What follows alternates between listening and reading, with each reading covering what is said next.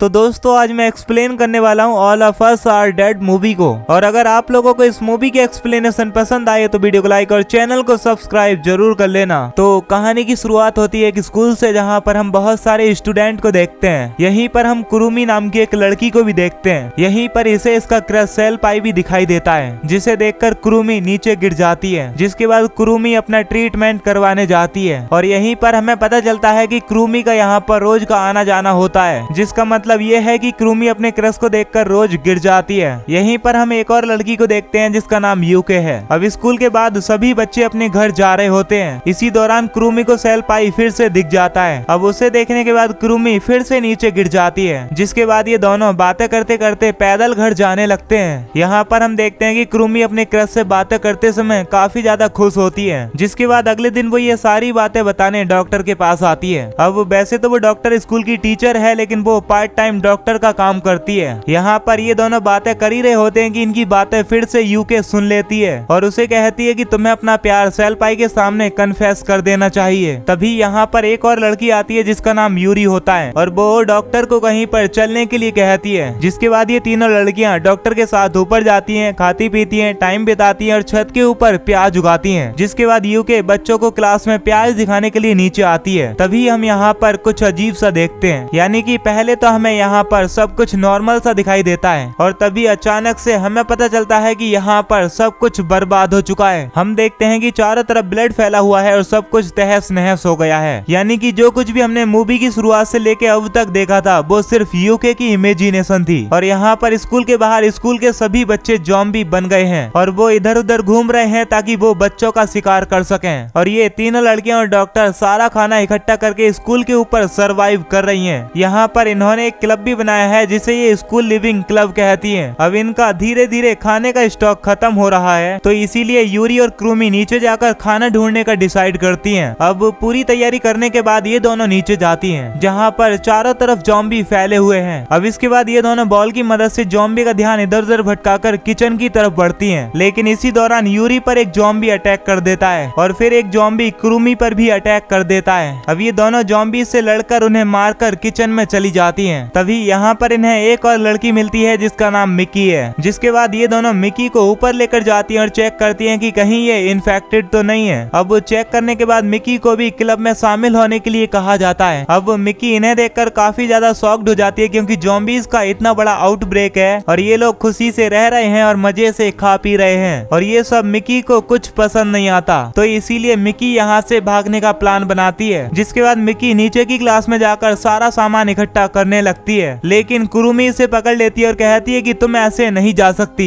क्योंकि स्कूल के चारों तरफ ज़ॉम्बी फैले हुए हैं और तुम मारी जाओगी और इसीलिए तुम्हें हमारे साथ रहना होगा। जिसके बाद मिकी उससे कहती है कि तुम सब यहाँ पर गलत इंतजार कर रहे हो, क्योंकि यहाँ पर कोई भी बचाने वाला नहीं आएगा और एक दिन सारा खाना खत्म हो जाएगा और सब मारे जाएंगे। ये सुनने के बाद भी कुरुमी मिकी को अपने साथ ले जाती है। अब इसके बाद हम देखते हैं कि रात को यूरी मिकी को उसके पास्ट के बारे में बताती है। इसके बाद हमें पास्ट का सीन दिखाया जाता है, जहाँ पर ये लोग स्कूल की छत पर प्याज उगा रहे थे और तभी नीचे से बच्चों की चिल्लाने की आवाज आती है और चेक करने पर पता चलता है कि बच्चों पर ज़ॉम्बी ने अटैक कर दिया है और बच्चे यहाँ वहाँ भाग रहे हैं और एक दूसरे को काट रहे हैं। यहीं पर नीचे कुरुमी भी है जो कि सेनपाई को देख रही है, जो कि उसकी तरफ भाग रहा होता है और उसे यहाँ से भागने को कहता है, लेकिन कुरुमी नहीं भागती। जिसके बाद सेनपाई उसे ऊपर ले जाने लगता है। तभी ऊपर से एक लड़की नीचे उतर कर आती है जो कि कुरुमी की फ्रेंड हुआ करती थी और उसे ज़ॉम्बी ने काटा हुआ था। जिसके बाद ये लड़की कुरुमी पर भी अटैक कर देती है। तभी सेनपाई उसे बचाने के लिए अपना हाथ बीच में घुसा देता है, जिससे सेनपाई भी ज़ॉम्बी बन जाता है। अब इसके बाद जैसे तैसे करके ये दोनों ऊपर छत पर आते हैं। जिसके बाद डॉक्टर और बाकी की लड़कियां गेट बंद कर देती हैं। अब यहाँ पर यूके कुरुमी को सेनपाई से दूर रहने को कहती है, क्योंकि थोड़ी देर में सेनपाई पूरी तरह से ज़ॉम्बी बनने वाला है। जिसके बाद सेनपाई उसे खुद से दूर रहने को कहता है और साथ ही अपना प्यार भी कन्फेस करता है और कहता है कि मैं तुम्हें बहुत पसंद करता हूँ। अब इसके थोड़ी देर बाद वो ज़ॉम्बी बन जाता है। जिसके बाद कुरुमी उसे ना चाहते हुए भी मार देती है। अब यहाँ का ऐसा नजारा देखकर यूके बौखला जाती है। जिसके बाद सीन फिर से प्रेजेंट में शिफ्ट हो जाता है, जहाँ पर यूरी बताती है कि हमने तभी से क्लब बनाया,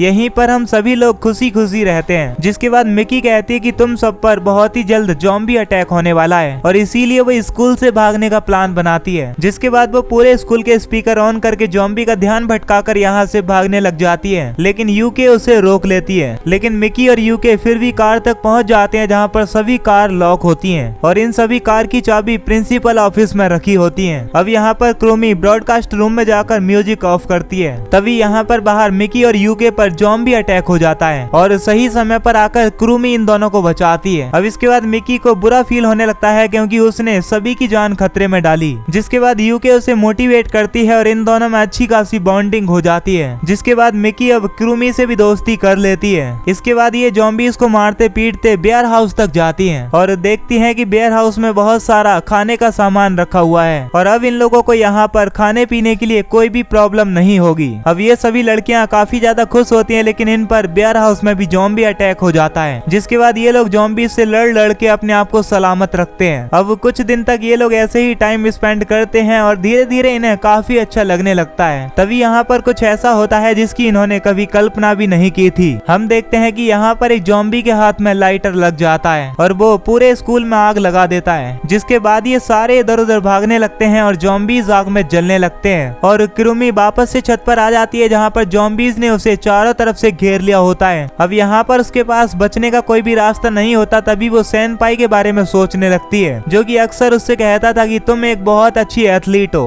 और तुम इन्हें बीट करके यहाँ से भाग सकती हो। जिसके बाद क्रूमी इन सभी को मारकर एक लॉन्ग जंप लेकर यहाँ से भागने लगती है और भागते हुए यूरी और मिकी के रूम में आ जाती है। अब यहाँ पर जली हुई डेड बॉडीज को देखकर उसे लगता है कि वो दोनों अब नहीं रही और तभी उसे आवाज आती है जहाँ पर वो दोनों ज़ॉम्बीज़ से लड़ रही होती हैं। जिसके बाद वो उनके पास जाती है और उनकी मदद करती है। अब इसके बाद ये तीनों फिर से यूके को ढूंढने का डिसाइड करते हैं। इसके बाद हम बाहर देखते हैं डॉक्टर और यूकी को, जहाँ पर यूकी बेहोश हुई होती है। अब यूकी इन लोगों को मिल जाती है और ये देखते हैं कि डॉक्टर एक रूम में जा रही है। जिसके बाद ये सभी डॉक्टर के रूम में आती है और यहाँ पर हमें पता चलता है कि डॉक्टर शुरू में ही ज़ॉम्बी बन गई थी, यानी कि जिस दिन ज़ॉम्बी अटैक हुआ था डॉक्टर उसी दिन ही ज़ॉम्बी बन गई थी और ये सभी लोग उसी दिन इसी रूम में आए थे और यूकी को बचाने के लिए डॉक्टर ने खुद को ज़ॉम्बी से कटवा लिया था और जो कुछ भी हमने अभी तक देखा था वो सब यूकी की इमेजिनेशन थी, जिसका मतलब ये था कि डॉक्टर इनके साथ नहीं रहा करती थी और जो कुछ भी हमने देखा था वो सब यूकी सोचा करती थी। तो अगर हम यूकी की बात करें तो इसे अभी भी सब कुछ पहले जैसा दिखता है और यहाँ पर जो कुछ भी वो देखती है वो सब कुछ उसे नॉर्मल दिखाई देता है। अब यहाँ पर डॉक्टर उनके पास में आने लगती है, लेकिन क्रूमी ना चाहते हुए भी उसे मार देती है। अब ये देखकर क्रूमी काफी ज्यादा अपसेट हो जाती है क्योंकि अब उसे पूरी तरह से सच्चाई पता चल चुकी है। इसके बाद अगले सीन में हम देखते हैं कि सभी ज़ॉम्बी जलकर मारे गए हैं, साथ ही यहाँ पर चारों तरफ सन्नाटा फैल गया है और इनका खाना भी जल गया है और पानी के पाइप भी पूरी तरह से खराब हो गए हैं, जिसका मतलब ये है कि अब यहाँ पर सरवाइव करना आसान नहीं होगा। अब इसके बाद ये लड़कियां यहाँ से जाने की तैयारी करने लगती है, लेकिन जाने से पहले वो खुद को ग्रेजुएट करना चाहती हैं। तभी यहाँ पर एक सेरेमनी रखी जाती है जहाँ पर ये याद करती हैं कि कैसे इन्होंने सब कुछ संभाला, कैसे ये लोग जिंदा रहे और कैसे इन्होंने इतने दिन सरवाइव किया। इसके बाद ये लड़कियां एक कार निकालती हैं जिसमें ये अपनी जरूरत का सारा सामान रखती हैं। जिसके बाद ये चारों लड़कियां स्कूल की तरफ देखती हैं और अपने डॉक्टर और सेनपाई को आखिरी गुड बाय कहती हैं। जिसके बाद ये कार में बैठकर यहाँ से रवाना हो जाती हैं और आगे आगे हम देखते हैं कि पूरा शहर पूरी तरह से बर्बाद हो गया है और इसी के साथ ही ये एपिसोड यहीं पर खत्म हो जाता है। तो दोस्तों अगर आप लोगों को इस मूवी की एक्सप्लेनेशन पसंद आई हो तो वीडियो को लाइक और चैनल को सब्सक्राइब कर लेना